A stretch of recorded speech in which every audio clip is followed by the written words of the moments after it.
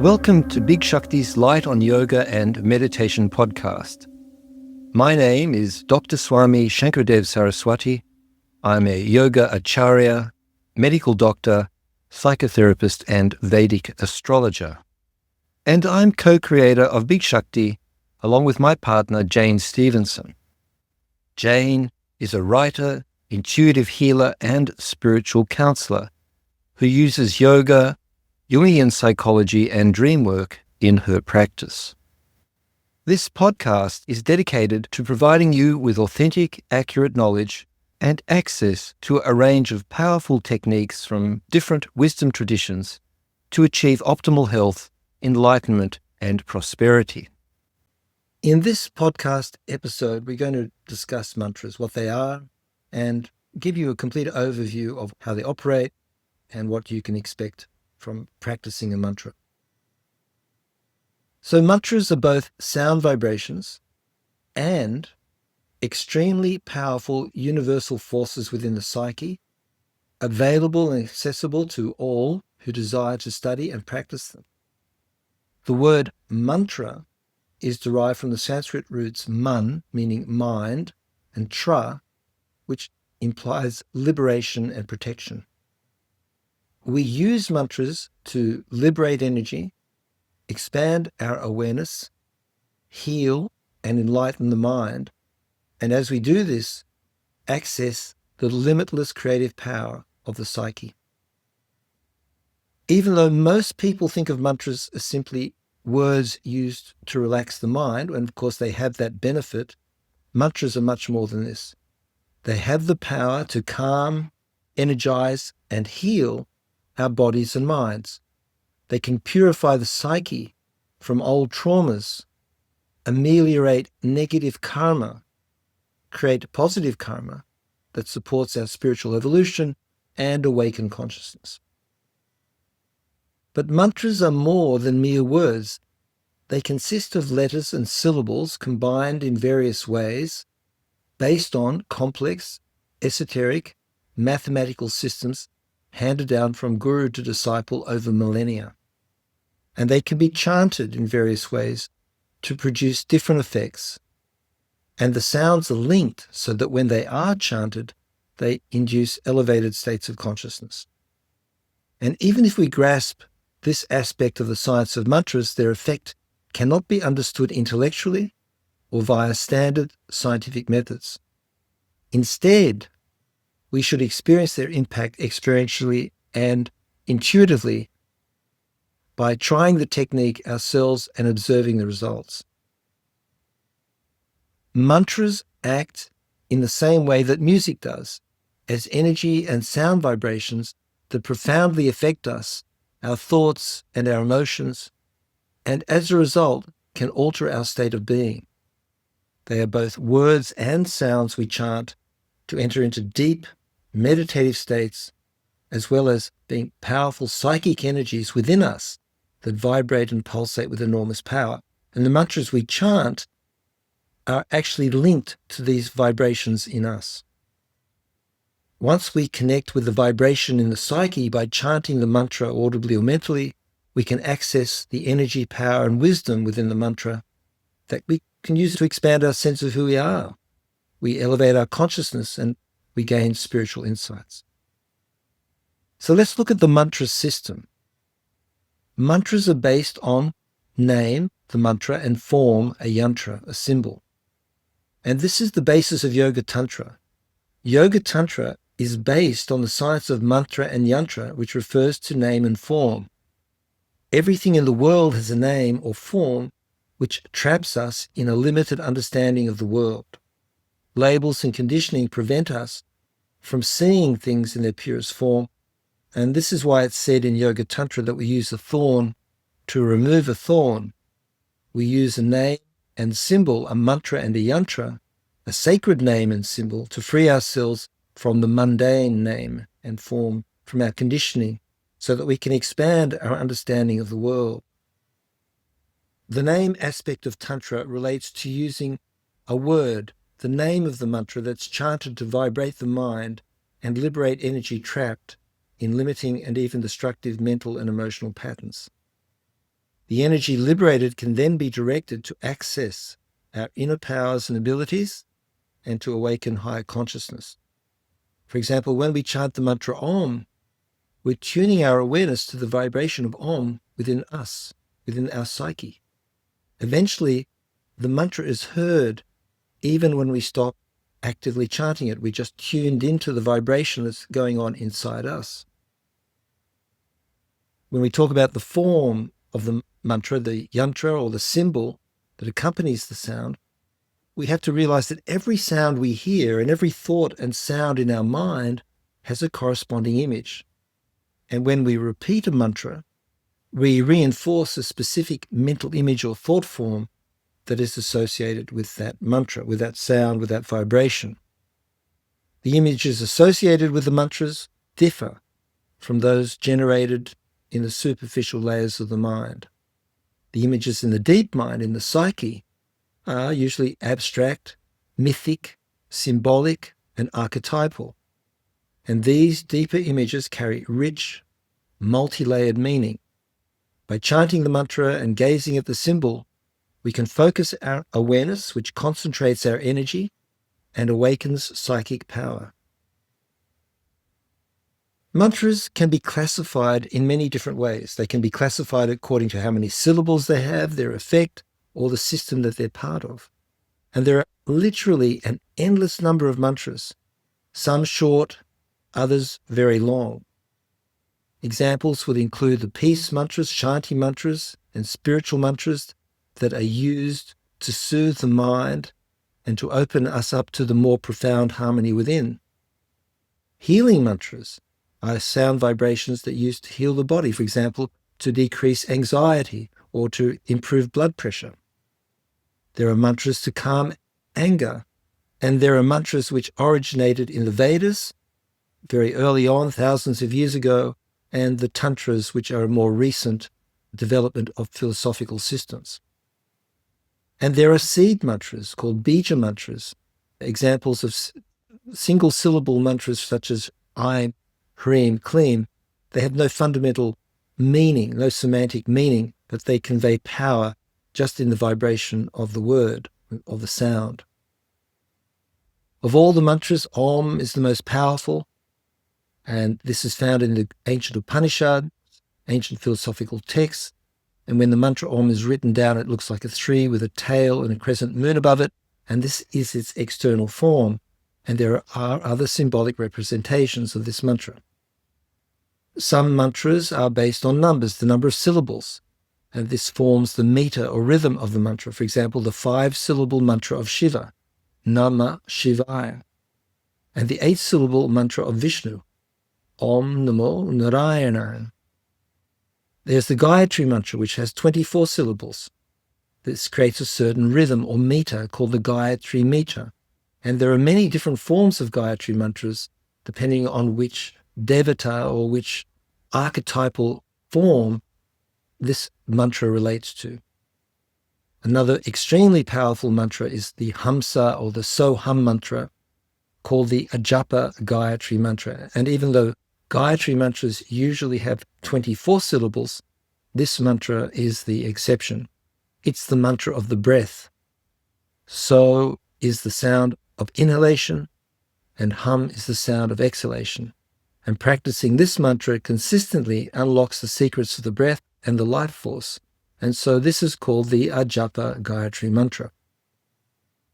Now let's look at the application of mantras. Mantras are basically tools to work on the mind. And from the perspective of mantra yoga, a mantra is a sound vibration that awakens consciousness and liberates awareness and energy trapped within the mind's constant thinking. If we're trapped in our thoughts and emotions, we tend to identify with what our thoughts tell us. And many people think continuously and expend vast amounts of energy worrying and trying to control life in their heads. It doesn't work. The sound vibration of a mantra can be used to break the normal thinking patterns by stimulating the subtle parts of us that are outside of the thinking process. In this way, they act like a gentle massage that stimulates the totality of the mind, or in the same way as a stone thrown into a pond will send ripples out in concentric circles from its origin to the outer edges of the pond. So by spreading the sound vibrations in the mind, mantras enable us to become aware of and experience more profound and more subtle parts of ourselves, many of which are powerful and joyful and enlivening.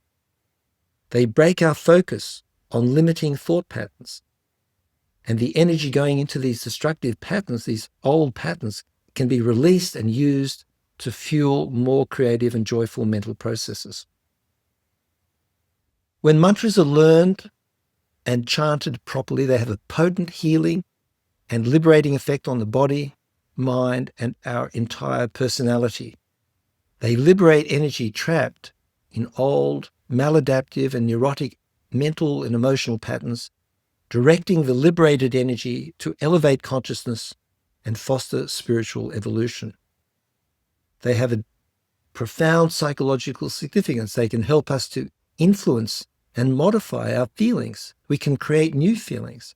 We can calm an anxious mind. We can energize a depressed mind, or we can access various strengths and abilities. The mantras help us to understand or engage with or connect with the power of the mind, and this way we can influence the entire human personality and our destiny. To understand how mantras operate, we need to have a bit of an understanding of the three primal forces of nature, the mahagunas. These are the forces that create the world and maintain the world and destroy the world ultimately. These are the forces in the microcosm that act on the body, mind, and all of nature.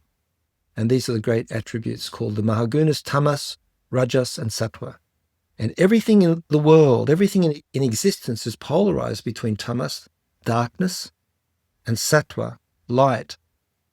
And rajas is the desire at the center of human existence that moves us either toward darkness and materialism or towards light, knowledge, and enlightenment.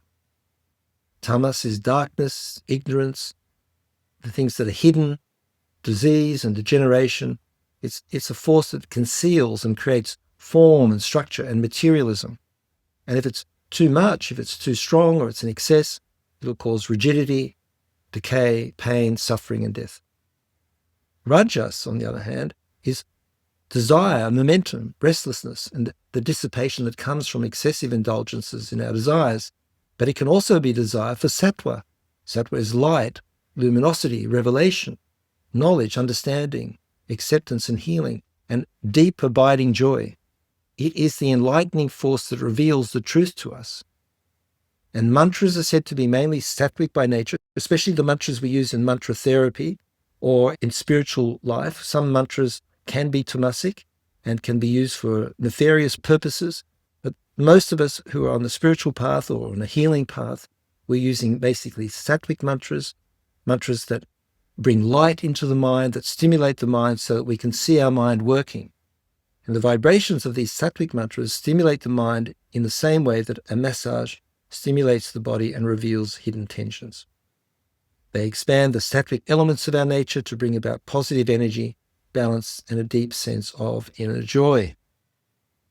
So talking about spiritual practice and the development of ourselves as spiritual beings, we use the path of yoga, a complete system of health, psychological growth, and spiritual liberation.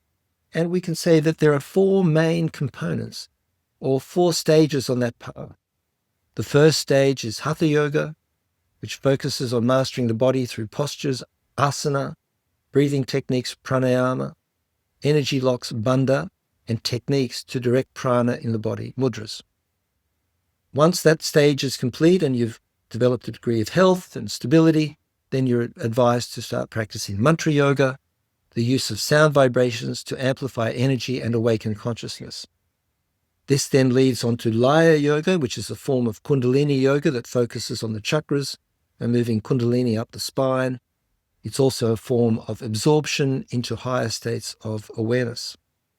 And the fourth stage, the final stage, is Raj Yoga or Kundalini Yoga, which aim to block the mind and to achieve absorption into the highest self.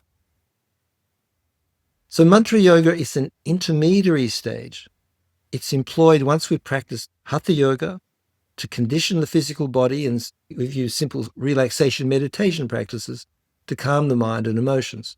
And so once we've worked on the body and the nervous system, we can go deeper into the mind using the introductory stages of mantra yoga. And these systems of yoga are combined with 4 other major systems of philosophy, which are prescribed and practiced according to one's personality. Karma yoga for active people doesn't use a lot of mantra.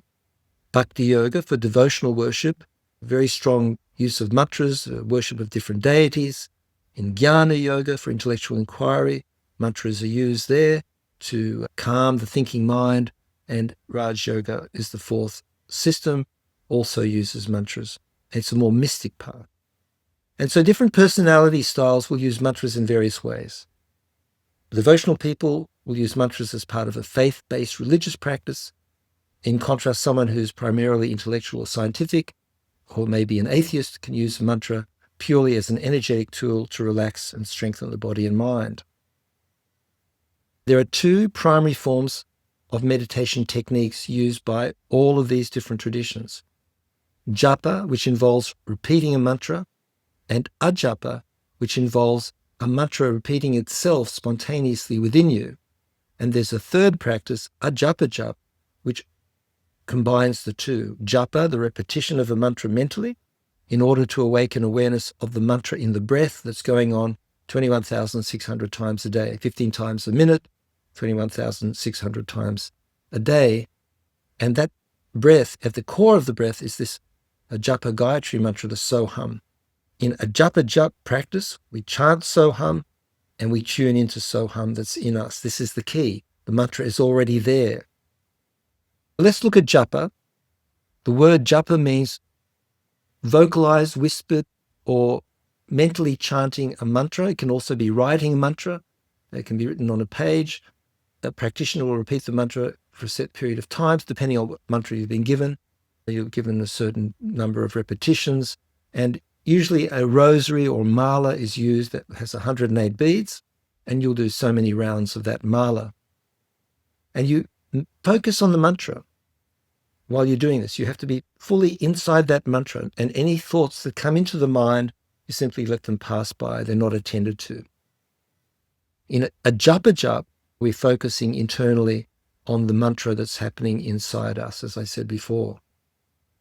And after extensive practice of japa or ajapa japa, the mantra will erupt into our hearts and minds and continue to vibrate in our consciousness. This is called the state of ajapa, that stimulates bliss, self-knowledge, and self-awareness.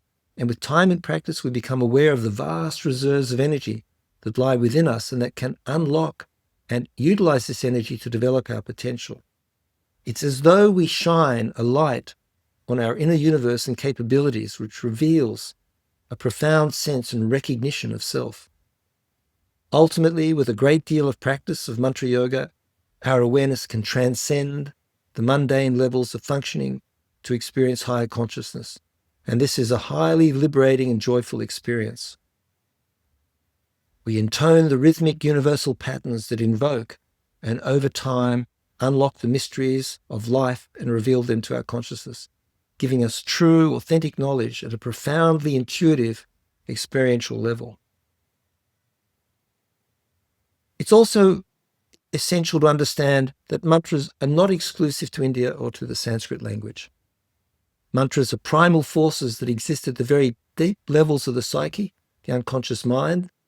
They exist both within us in the microcosm, in our mind and psyche, and also in the universe, in the macrocosm. So by chanting the mantra in our own body-mind, we're linking up to the macrocosmic, to the cosmic level of vibration. And Sanskrit is the language used to bring these powerful forces into the conscious mind. Sanskrit enables us to chant a mantra, to tune into the vibrations of the actual mantra, the powerful energies of the psyche that vibrate in our depths.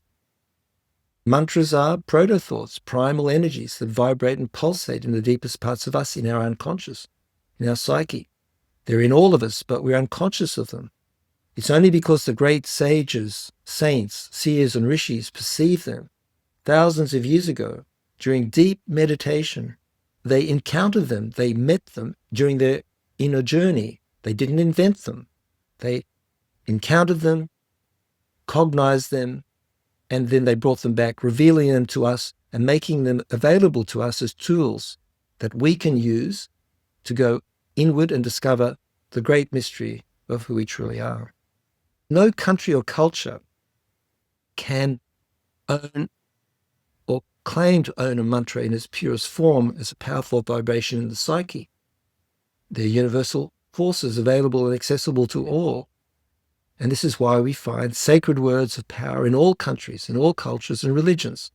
And they will reveal themselves to anyone who's prepared to handle the enormous power and knowledge that mantras can unleash in our psyche. And they are forces with incredible power. The corresponding sound vibrations that we chant have the power to penetrate deep into us and resonate with that force in the core of our being. And just as music does, when we listen to music, when we're sad or depressed, music finds a way through the cracks in our psyche, and it can be an excellent balm for our souls. In the same way, sound has power, and mantras are the purest archetypal forms of sound. The building blocks of the universe, they're actually the sounds of the creation of the universe that existed from the very beginning of time in the Big Bang. And that vibration is still resonating through us since then, through time. So mantras are the building blocks of the universe, of our minds and our individuality, the macrocosm and the microcosm. They're not religious tools. They can be incorporated into religion, but they are sound vibrations that resonate at a very deep level within us. And they can be seen as part of an esoteric language that's used in various contexts, including yogic, religious, psychological, and medical. So they're not prayers, but they've been incorporated into Hindu religion and worship and prayer. And a prayer can be composed of any language or sung and recited in any meter or rhythm. The meaning is clear. A mantra is not a string of words expressing what one has to say to the deity. It's the sound vibration of that deity, of that archetype, with profound neurological and psychological benefits. They open us up to these higher realms of consciousness. And so for most Westerners, it's best to think of mantras as pure sound vibrations free from their cultural baggage and religious association. Use them as psychological tools to probe our inner realms and discover our own inner truth. And of course, if you do have a religious inclination, then wonderful, use them for that purpose as well.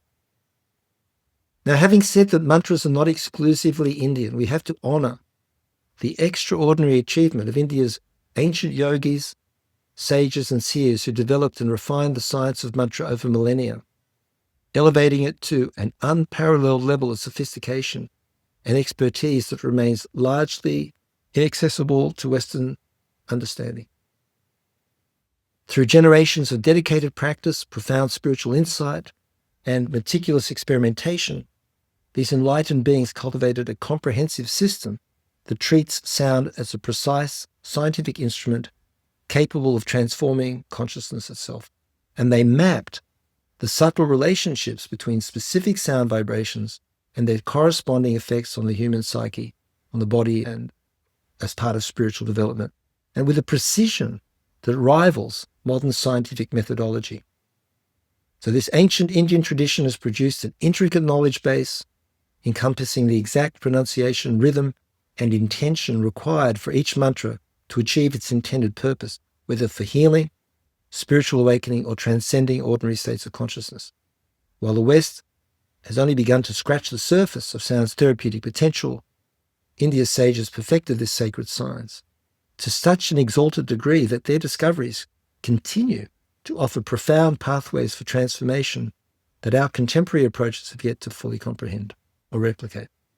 Realizing a mantra, awakening its full force and knowledge into our consciousness is a great event in our lives. It's a life-changing, inspiring, humbling experience. And depending on our personality type, we can interpret this event from either a religious or scientific perspective. And so we have several products on our website that deal with mantras. You can go and have a look at them. We're just about to do a course on mantra therapy, and that's part of our healing therapy program. You can look at that on the website and you can find more details there. Hari Om Tat Sat. If you would like to know more about what we do at Big Shakti, please go to www.bigshakti.com, where you can see all of our products and offerings. And you can sign up for our free newsletter, and when you do sign up, you're entitled to a 15% discount on your first purchase. And subscribers, of course, get generous discounts on all our products from time to time, especially when we release a new course. All of our courses provide you with the opportunity to experience and understand the powers and mysteries of your mind and spirit. Unwind, take a break from your daily activities, and learn how to use different forms of meditation to achieve inner tranquility, happiness, fulfillment, and spiritual awakening.